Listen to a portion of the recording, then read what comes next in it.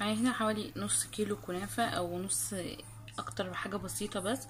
حطيته في الفريزر زي ما هو، ما بنجيبه من عند الراجل او من عند المخبز بتاع الكنافة. حطيته في الفريزر زي ما هو، وطلعته كسرته على ايدي او في الكبة بالمنظر ده. تمام. عندي هنا زي ما انت شايفين حوالي كوباية سمنة، بنزل بها تدريجي كده، ببسس بيها. بصراحة انا بحب الشغل الجلافز او الجوانتي في حاجة زي دي، لان الحاجة دي لازم فيها الملمس، والجلافز بيفقد الملمس في الحاجات اللي زي دي.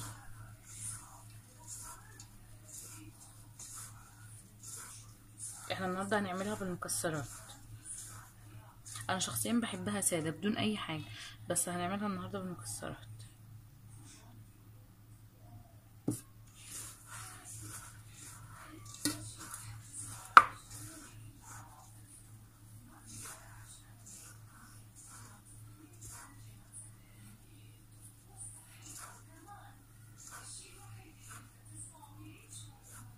عايزاها توصل للمرحلة دي.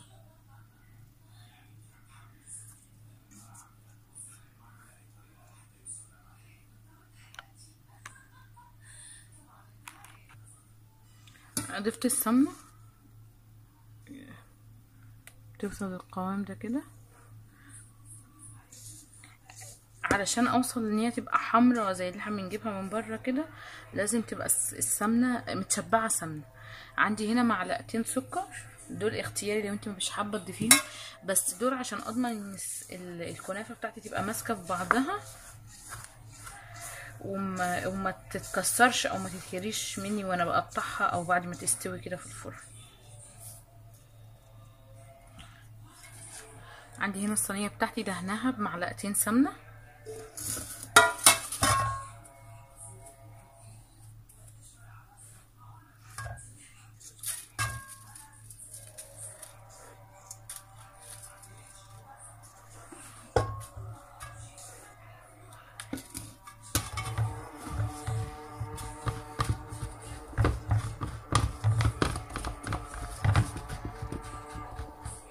نفردها واحده واحده كده، وكل ما نعوز نزود علشان ما تبقاش سميكه قوي ولا تبقى رفيعه قوي. وعلى حسب كل واحد برضو او كل حد بيحبها ايه. انا مش بحبها سميكه قوي، انا بحبها تكون طبقتها رفيعه جدا علشان تبقى محمره من تحت واخده وش، وعلشان تكون كرانشي او ناشفه شويه، او بتقرش شويه.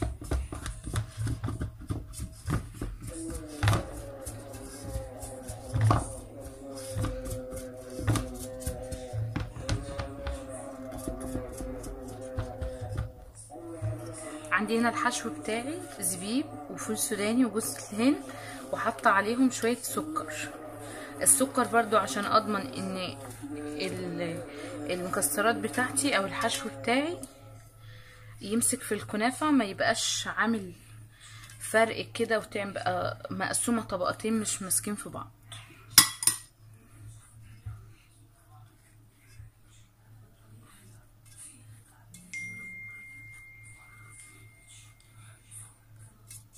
نحاول ما نخليش الحشو يوصل للاطراف، علشان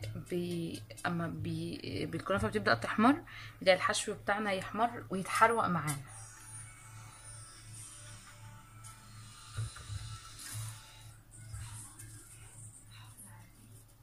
نبدا نغطي الوش واحده واحده.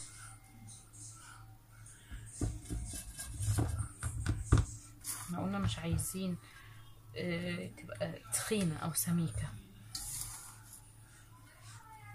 وفي نفس الوقت ما نخليش طبقه خفيفه، علشان الزبيب لو مش متغطي كويس اول ما بيشم النار بنلاقيه احمر بسرعه وبرز او برز من الكنافه.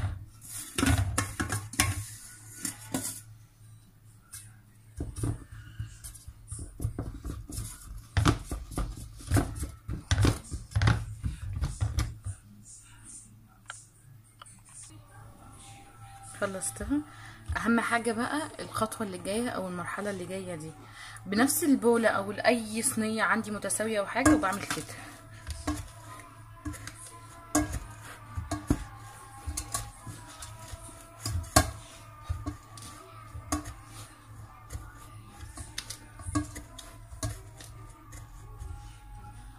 اهم حاجه اوصلها كويس جدا او اكبس الطروف كويس جدا.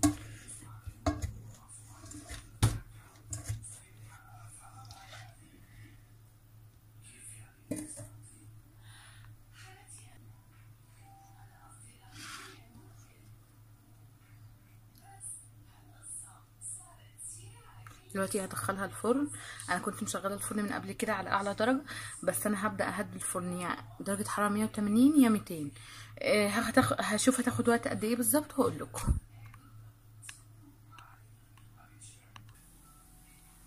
دلوقتي هي لسه سخنه وانا لسه مطلعاها من الفرن حالا. عندي هنا الشربات انا كنت مجهزاه قبل كده. عندي كوبايتين من السكر، عليهم 3 كوبايات من الميه، واول ما يبتدي يغلي اعصر عليه نص ليمونه، ولو حابه تضيفي عليه كيس فانيليا او نقطتين من السايله. ده كان عندي باقي قبل كده من كنافه برضو، وهي لسه سخنه وطالعه من الفرن. عكس البسبوسه بتحب البسبوسه السخنه والشربات سخن. لا، انا عندي الكنافه لازم واحد من الاتنين يبقى بارد. انا عندي الشربات كان جاهز من قبل كده وكان بارد اوريدي.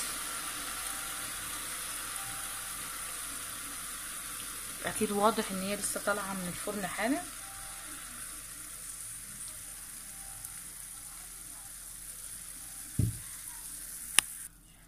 ونعرف منين ان هي استوت؟ اول ما بدأت تفصل من الطرف كده زي ما احنا شايفين، بقى في فاصل في الطرف والطروف بدأت تحمر. اخد بالي بقى من الوش علشان الوش ما يحمرش معايا زيادة عن اللزوم. واول ما ياخد اللون الذهبي الحلو ده، او على حسب انتوا حابينها ازاي، بطلعها على طول. بكون مجهزة الشربات بتاعي بديها صدمة بيه. لو حباها بتبقى ناشفة بتديها الشربات وتسيبيها مكشوفة كده. حباها طرية بصينيه او بغطا حله عندك او بحاجه بتحبس الحراره وتغطيها. بس انا بحبها ناشفه، عشان كده هسيبها تبرد تماما تماما